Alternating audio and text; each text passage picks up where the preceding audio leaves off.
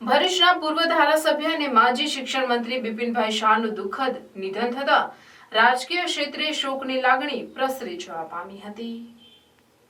ભરૂચ ભાજપાના પાયાના કાર્યકરમાંના એક તેમજ ભરૂચ વિધાનસભા બેઠક પર ભાજપનું ખાતું ખોલાવનાર પૂર્વ શિક્ષણ મંત્રી બિપિનભાઈ શાહનું ભરૂચ ખાતે નિધન થયું હતું.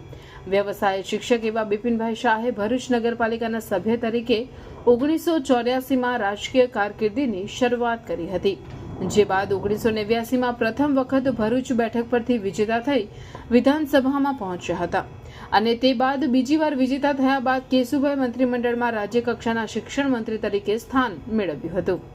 છેલ્લા કેટલાક સમયથી નાદુરસ્ત તબિયતના કારણે તેઓ જાહેર કાર્યક્રમોથી દૂર રહેતા હતા. અંતે તેઓ કલમ 270ની નાબૂદીની પૂર્વ મંત્રી ખુમાનસિંહ માસિયા દ્વારા કરાયેલ ઉજવણીના કાર્યક્રમમાં જોવા મળ્યા હતા.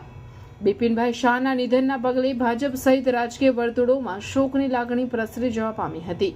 તેઓની અંતિમ યાત્રા સાંજના સમયે મક્તમપુર રોડ ખાતે આવેલ પ્રિયદર્શન સોસાયટી ખાતેથી નીકળી હતી, જેમાં રાજકીય અગ્રણીઓ, વિવિધ સંસ્થાના આગેવાનો સહિત લોકો જોડાયા હતા.